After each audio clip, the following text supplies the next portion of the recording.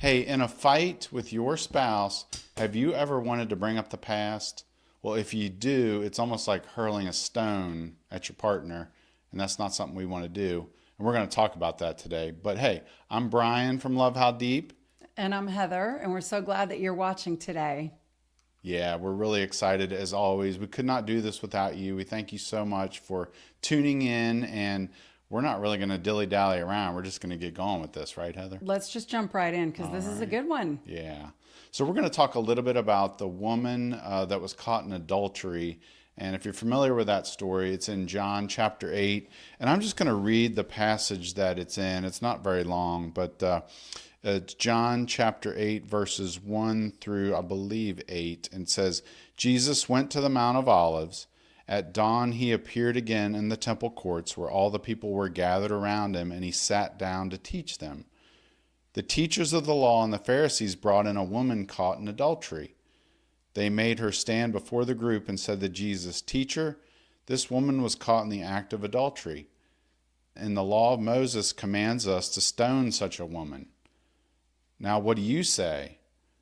And so they were using this question as a trap in order to have a basis for accusing him. But Jesus bent down, started to write on the ground with his finger. When they kept on questioning him, he straightened up and he said to them, Let any of you who is without sin be the first to throw a stone at her. And again he stooped down and wrote on the ground.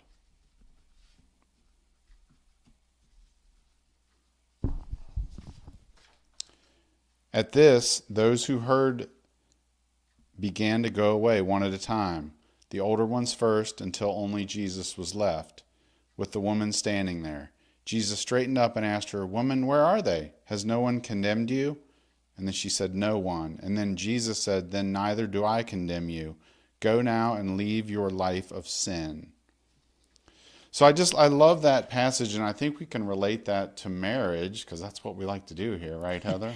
I do. I think Yeah, so. I think I yeah. think there is a lesson in there for marriage, and that you want to dive into. So I'm Yeah. going to stop babbling. No, that's fine. So, I mean, I'm sure that you've again had moments in your marriage where you've gotten into some kind of an argument and then you want to bring up something from the past that's happened. I mean, I know I'm guilty of it just as anybody We're all is. guilty of that. Yeah, That's for yeah, sure. yeah, I know. And not to make an excuse for it, but I think there's lots of reasons that we do it. I mean, I know when I do it with you, I think in my head, I'm thinking, you know what? If I bring up this thing that she's done, or maybe that, you've done this 12 times in the past, you're going to get it, you're going to understand, and you're going to say, oh, you know what? Yeah, you're right. I do that all the time. And of course, that's not what It happens, doesn't right? work that way. It No. really doesn't Like, because how do you see it, or how do you view it when I say something like that? that you're not letting go of the past, that we've already dealt with it, that you are clearly holding on to something and need to go work on some unforgiveness. That's another course that I can send you, Brian.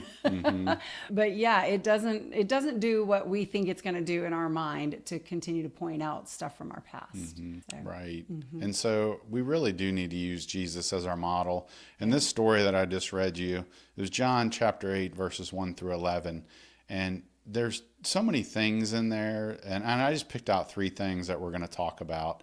Number one is he redirected the condemnation. I don't know if you picked up on that, Heather, but yeah. where, it was all about all the people that wanted to stone her were kind of directing the condemnation at her.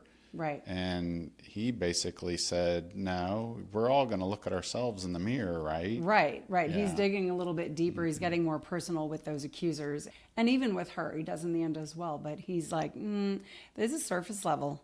We're going a little bit deeper, and we're going to talk about you and your issue, not hers right now. So redirecting the condemnation is what he did there. And I think what he's trying to say there again is like, it kind of reminds me of that verse in the Bible where it talks about we've got the plank in our own eye and Oh, yes. the speck in our brother's eye, and Yes. we're constantly looking at the speck. And I think one of the things that I struggle with what they did is that they were condemning her for something that really didn't involve them.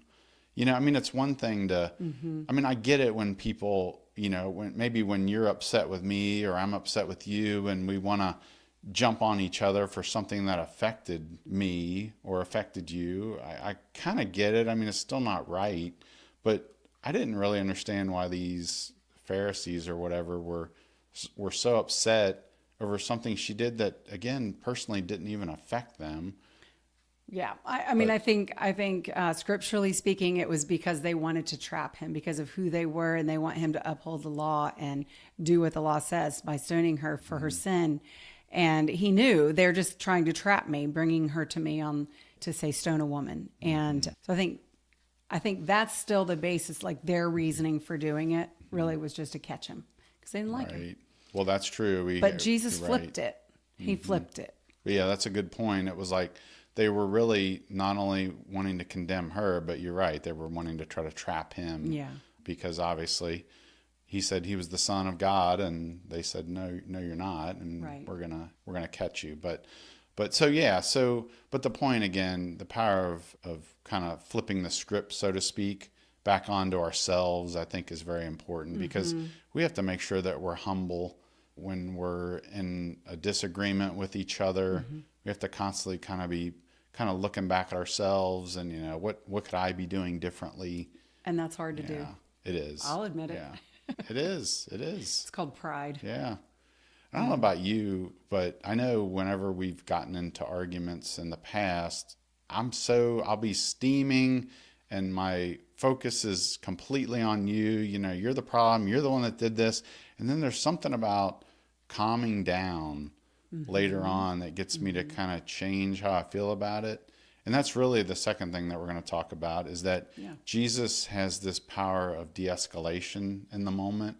Yeah. There were, I think, a couple times it mentioned where he knelt down, writing something in the sand. Right. He confused them. Yeah. They're like, what is he doing? I heard a pastor say one time that he was probably writing all the names of the men who had done exactly what she had done, or the women that were involved in that, or something like that. And it's like, oh man, he knows about that. Let me get out of here.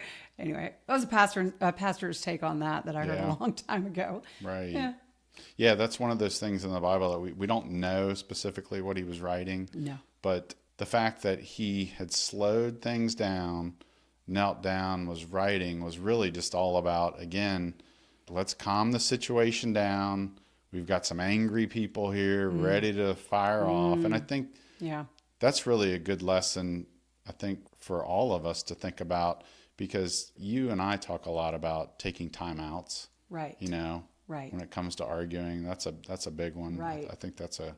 Yeah, when we talk about communication and some different skills and strategies that you can use, a lot of it is so that you will de-escalate that argument and just kind of recenter yourself. And so to walk away and then come back and discuss that when you're calm, to go listen to music, to go for a walk, to use the talking spoon, all of those kinds of things. Write the problem down on a piece of paper. Stop yelling at each other, Right. and yeah. So I think that's a really good point that he paused several times to write in the sand and made them pause and wonder, like, what is he doing? But it also helped them maybe calm down a little bit and maybe question their motives, I think. Yeah, exactly. And sometimes silence, what's the cliche? Like, silence is golden. Silence is golden. Yeah, right. And it really can get you to kind of calm and think about things. And maybe that gave them some time to really think about what they were doing. Even though he hadn't yet said what he was going to say, which we'll talk about in a minute, he was really just, again, slowing the situation down. And sometimes we need that. And I would say with taking a time out, I'm still working on this one. I have a tendency to, like, if I get upset, just to be like, throw my hands up and forget it, and then just walk away. Yeah. But that's not really what a timeout is, right? That's not really a timeout. No. That's just, you seriously do need to stop talking about it and agree to, we're going to disagree on this for just a few minutes, or we're going to take a time out and walk away. Go pray, go think through, like, what is really the issue here, and then come back and talk together. So time out is not like, oh, I give up, fine, whatever, go. Right. Like, yeah, you got to have some rules with it. And if you're the person that's taking the time out, I think just like you said, you've got to be the one to say, all right, sorry, I needed a moment, I'm back, let's talk this out, let's figure it out. So that's important. The third thing I wanted to mention is where he gave her a commission.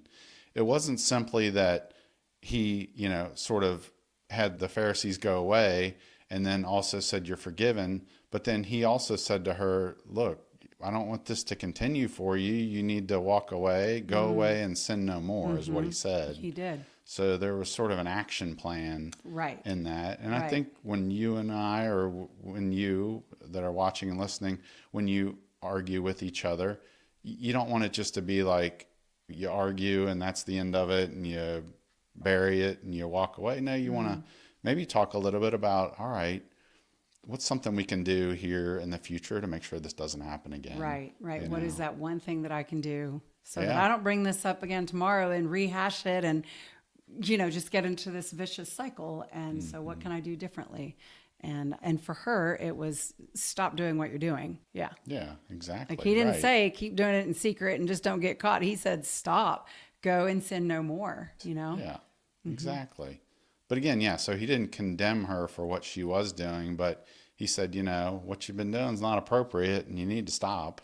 And I think that's what we need to do as couples, when things aren't going well or when things are unhealthy, well, let's come up with a plan, to figure out how for this to be better. So, yeah. Right. And it's always a work in progress, It is. So, It is. yeah. And that's basically what I wanted to share, what we wanted to talk about when it comes to this woman caught in adultery, of how the Lord worked with her, how he handled the people that were accusing her. I think there's a lot of lessons in there that we can take when it comes to our own marriage. So anything else you've got for us, Heather, before I wrap us up? And Did you say you whap us up? I was going to almost say Gonna whap you. I was going to Y'all whap hear you that? over the head there. Yeah. Oh, okay then. No, I think it's good. I think it's just another lesson of forgiving the way that Jesus forgives, and that when we are forgiven and if our spouse does forgive us, go and sin no more, do whatever you need to do to prevent that from happening again, that loss of temper or the inappreciativeness, whatever it is, like figure out a way to stop, move forward in your relationship. Yep. Yeah. Good last words. And hey, before we go, I want you to get our online course on forgiveness. It's a great course. It's got 6 modules, 14 videos, lots of worksheets that you and your spouse can do together. It's a very reasonable price right now. We've got it on sale for $27. So I want you to make sure you get that. If you go to lovehowdeep.com/forgive, you'll be able to start that course. You can take as long as you need to, take it together, and it will be powerful, and it will give you some tools in your tool belt in order to be able to forgive, which is really healthy for your marriage. So, Yeah, that's right. and with that, we're going to sign off. Thank you so much for joining us, and we will see you next time.